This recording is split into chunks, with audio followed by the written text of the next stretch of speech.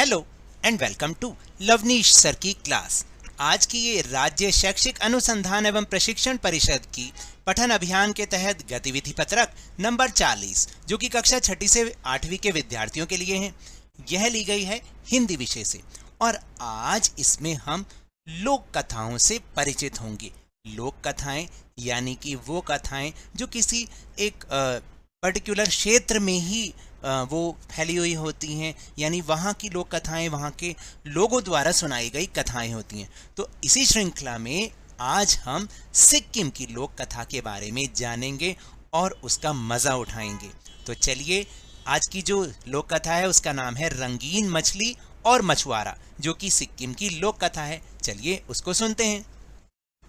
भारत की विविधता में एकता का उत्सव मनाने और उसे सुदृढ़ बनाने के लिए देश में एक भारत श्रेष्ठ भारत अभियान चलाया जा रहा है।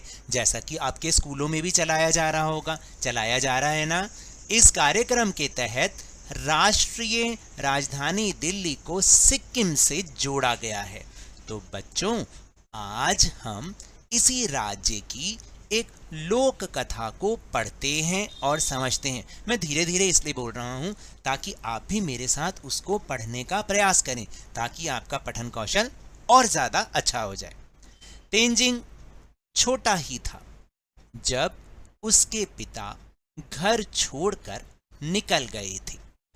एक दिन उसकी माँ ने कहा, बेटा, आज शाम के लिए घर में चावल का एक दाना भी नहीं है। जाओ और तीस्ता नदी से कुछ मछलियां पकड़ लाओ। तीस्ता नदी वहां पर बहती है। माँ की बात मानते हुए तेंजिंग डलिया उठाए मछली पकड़ने निकल पड़ा।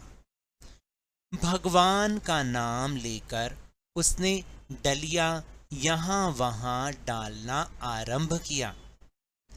अचानक एक छोटी रंगीन मछली उसके हाथ लगी, जो अन्य से बिल्कुल भिन्न किस्म की थी। सुनहरा रंग, लाल आंखें और कई रंगों से भरी उसकी पूंछ। उसकी पूंछ ने उसका मन इतना मोह लिया कि उसे अपने घर में रखने की चाह हुई। यकायक उसके कानों में आवाज आई, मुझे छोड़ दो, मैं जीवन भर तुम्हारा उपकार नहीं भूलूंगी। टोकरी में मछली को मचलते देखकर उसने कहा, अगर मैं तुम्हें छोड़ दूंगा तो अपनी माँ को क्या दूंगा, और फिर आज हम क्या खाकर अपनी रात गुजारेंगे। मछली बोली, तुम साहसी लड़के हो, कुछ और अधिक मेहनत करोगे तो ज्यादा सफलता मिलेगी। तुम अधिक से अधिक मछलियां पकड़ लोगे। मुझे छोड़ दो मेरे भाई। अगर मैं समय पर घर नहीं लौटी तो मेरे माता पिता बहुत परेशान हो जाएंगे, इसलिए मुझे छोड़ दो। मछली की बात को सुनकर उसके मन में मछली के लिए दया आ गई। वह सोचने लगा, यदि अपने माँ बाप से बिछड़ने का दुख हुआ तो वह इस पाप का भागीदार होगा। मछली को भी वह दुख ना हो जो उसके पिता से बिछड़ने के कारण उसे हो रहा है। यह बात मन में आते ही वह नदी की ओर लौटा और उस सुनहरी रंगीन मछली को नदी में छोड़ दिया। तेंजिंग टोकरी में अन्य प्रकार की मछलियों को लेकर घर लौटा। रात को माँ का परोसा खाना भी उसे अच्छा नहीं लगा। सपने में तेंजिंग उसी सुनहरी मछली को उसने देखा। सुबह होते ही तेंजिंग डलिया और टोकरी लेकर नदी की ओर निकल पड़ा। डलिया का मतलब वो जो मछली पकड़ने का कांटा होता है। नदी में पहुंचने पर उसने डलिया पानी में डाली। इतने में उसे लगा कि एक सुनहरी मछली पानी में उछलते हुए उसी की ओर आ रही है। उसे एक आवाज सुनाई पड़ी, क्यों भाई, तुम्हें शायद पता नहीं, मैं इस नदी के राजा की बेटी हूं। जब मैंने अपने माता पिता से तुम्हारी कृपा से जीवन दान मिलने की बात कही तो वह बहुत खुश हुए। उन्होंने तुम्हारे लिए एक उपहार भेजा है। तेंजिंग ने उपहार की पोटली लेकर धन्यवाद दिया। घर पहुंचकर माँ को मछली के दिए उपहार की पोटली देकर सारी बात बताई। माँ ने बेटे की बात सुनकर पोटली खोली तो देखा उसमें मोती की सुंदर माला और सुंदर सुंदर सीपियों के हार थे। उपहार को देखकर माँ का मन बहुत प्रसन्न हुआ। फिर क्या हुआ? माँ कहने लगी, कितने सुंदर हैं ये सब, मछली को हमारा धन्यवाद कहना, लेकिन इतना ध्यान रखना हम मेहनत कश लोग हैं, हमें मेहनत का ही खाना चाहिए, दूसरों की संपत्ति का लालच नहीं करना चाहिए। उसने माँ की बातों को गांठ बांध लिया।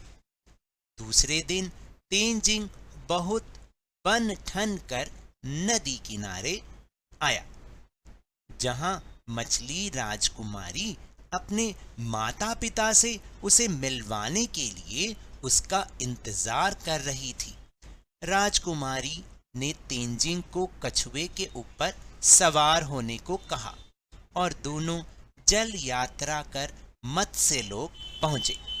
राजा ने अपनी बेटी को जीवन दान के लिए तेंजिंग का आभार व्यक्त किया। तुम्हारे स्वभाव और एहसान से हम बहुत प्रसन्न हैं, इसलिए बोलो, तुम हमसे क्या चाहते हो? वहां की सुंदरता देखकर तेंजिंग बहुत मोहित हो गया था, इसलिए उसने कहा, मैं ऐसे ही बहुत खुश हूं। मुझे अपना और अपनी माँ का पेट पालने के लिए मछली पकड़ने आपके इलाके में आना पड़ता है। आप मुझे अपने यहाँ मछली पकड़ने की अनुमति दें तो बड़ी कृपा होगी। तेंजिंग के सरल और संतोषी स्वभाव को देखकर राजा बड़ा खुश हुआ। तुम्हें हमारे इलाके में आकर मछली पकड़ने की इजाजत देता हूं, पर तुम हमारे यहाँ आए हो तो खाली हाथ नहीं जा सकते। यह लो हमारी ओर से उपहार। उपहार में मिले हीरे मोती लेकर तेंजिंग ने अपने घर लौटने की अनुमति मांगी। दिन भर काम के बोझ से थका हुआ एक बार वह राजकुमारी से मिलने अवश्य जाता था, यानी अब वो रोज जाने लग गया राजकुमारी से मिलने। एक दिन राजकुमारी ने कहा, मेरी माँ कहती है मेरा ब्याह होने वाला है, इसलिए अब हमारा मिलना संभव नहीं होगा, पर मैं तुम्हारा एहसान कभी नहीं भूलूंगी। तेंजिंग इस बात को जानकर बहुत उदास हो गया।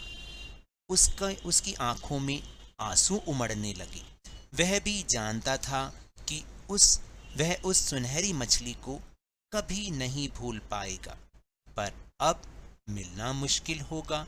यह जानकर वह बहुत दुखी हुआ और उदास होकर घर लौट गया। उस दिन से तेंजिंग ने शपथ ली, मैं किसी भी प्राणी को बेवजह कष्ट नहीं दूंगा। जीविका चलाने के लिए मछुआरे का मेरा काम करना जरूरी है, पर मैं बेवजह किसी के लिए परेशानी का कारण नहीं बनूंगा। तो देखा आपने, कितनी अच्छी कहानी थी ना। उसने कितना अच्छा किया उसके साथ। उसने मछली को जाने दिया, बदले में उसे उपहार भी मिला, लेकिन उसने लालच नहीं किया। देखा ना आपने। तो चलिए अब इसी पर आधारित कुछ क्रियाकलाप करते हैं। तो देखिए पहला जो प्रश्न है वो है कि इस लेख में जिन शब्दों के अर्थ और उच्चारण में आपको कठिनाई हुई हो उन शब्दों की सूची बनाएं तथा अपने शिक्षक शिक्षिका या परिवार के, यहाँ पर शिक्षक या शिक्षिका या परिवार के सदस्यों से उनके अर्थ और उच्चारण पूछकर उनका अभ्यास करें। तो देखिए बहुत सारे शब्द इसमें ऐसे आए हैं जो कि शायद मुश्किल लग सकते हैं और कुछ और भी शब्द हो सकते हैं। तो मैंने उदाहरण के लिए कुछ शब्द ले लिए हैं, जैसे उदास का मतलब दुखी, अनुमति का मतलब आज्ञा, मत्स्य का मतलब मछली, व्यक्ति का मतलब प्राणी, परेशानी का मतलब किसी काम में होने वाला कष्ट, ब्याह का मतलब शादी और यकायक का मतलब अचानक। फिर दूसरा प्रश्न है कि यदि आप तेंजिंग की जगह होते तो आप मछली से अपने लिए कौन सा उपहार मांगते और क्यों। देखिए मैं यहाँ पर आएगा तेंजिंग, मैं तेंजिंग की जगह होता तो मैं अपने परिवार और माता पिता के लिए हमेशा खुश रहने का ही उपहार मांगता, क्योंकि मुझे अपने माता पिता की खुशी बहुत प्यारी है, इसीलिए। अब तीसरी एक्टिविटी देखते हैं, तीसरा क्रियाकलाप। देखिए जो तीसरी एक्टिविटी या तीसरा क्रियाकलाप है वो आपको कक्षा में प्रस्तुति देनी है। आप अपनी कक्षा के किसी एक साथी के साथ मिलकर किसी एक लोक कथा की जानकारी एकत्र करें और उस पर अपनी कक्षा में प्रस्तुति दें। तो मैं यहाँ पर एक कहानी आपको बता रहा हूँ, आपको लिखने की ज़रूरत नहीं है, आप इसको अच्छी से याद कर लीजिए और फिर इसके ऊपर एक नाटक आप कर सकते हैं अपने दोस्तों के साथ मिलकर। बहुत ही अच्छी कहानी है। इस कहानी का नाम है सच्चा कौन। एक गाँव में अचानक ही चोरी हो गई। जब चोरी हुई तो बहुत अंधेरा था, कुछ भी दिखाई नहीं दे रहा था। चोरी होने के दौरान ही 3 आदमी भागते हुए नजर आए। तीनों आदमी पर ही सभी लोगों का शक गया, लेकिन उन्हें वो पकड़ नहीं पाए थे। जब सुबह हुई तो सभी गांव वाले क्या हुए, एक साथ इकट्ठा हुए, यहाँ पर आएगा वाले, और उन तीनों चोरों की बात करने लगे। गांव वालों में से एक आदमी उठा और उसने कहा, जब गांव में चोरी हुई तो मैंने उन तीनों को देखा था, उस समय कुछ रोशनी में मैंने उन्हें देखा था। उन तीनों को बुलाया गया और पूछा गया कि तुम में से चोर कौन है। तीनों एक दूसरे की ओर देखने लगे। अब तीनों आदमी बोले कि हम चोर नहीं हैं। अब आगे क्या हुआ, उन तीनों पर किसी को भी विश्वास नहीं हो रहा था। तीनों से सच जानने के लिए तीनों को अलग अलग बुलाया गया। जब पहला आदमी आया तो उससे पूछा गया कि तुम क्यों भाग रहे थे। उसने कहा कि मुझे कुछ शोर सुनाई दिया था, इसलिए मैं घर से बाहर आया और देखा कि एक आदमी भागा जा रहा है, मैं उसके पीछे भागा। दूसरे आदमी को बुलाया गया और पूछा कि भाई तुम क्यों भाग रहे थे। वो बोला, मैंने देखा कि 2 आदमी भाग रहे थे तो मैं भी उनके पीछे भागा था। जब तीसरे आदमी को बुलाया गया तो उसने कहा कि मैंने तो किसी भी आदमी को भागते हुए नहीं देखा था, बल्कि मैं तो एक बिल्ली के पीछे भाग रहा था। सभी लोग पूछने लगे, बिल्ली के पीछे क्यों भाग रहे थे। तो उसने कहा कि मुझे उसके मुंह में कपड़ा नजर आया था, इसलिए मैं भाग रहा था। अब सभी लोग परेशान हो गए थे, क्योंकि उन्हें यह पता नहीं चल पा रहा था कि चोर कौन है और कौन सच बोल रहा है। सभी लोग बोले कि तुम में से ही कोई चोर है, तुम हमें सच बता दो, नहीं तो बहुत पिटाई होगी। तभी उस बिल्ली वाले आदमी ने बोला कि मुझे लगता है चोरी बिल्ली ने की है, क्योंकि उसके मुंह में एक कपड़ा था। उनकी बात मानकर सभी लोग बिल्ली की तलाश में निकल पड़े। जब बिल्ली मिली तो उन्हें पता चल गया था कि बिल्ली ही उस पोटली को लेकर गई थी जिसमें गहने रखे हुए थे। आखिर गांव वालों को चोर मिल ही गया था। तो देखिए इससे हमें क्या सीख मिलती है कि कभी कभी हमारी आंखें भी धोखा खा जाती हैं।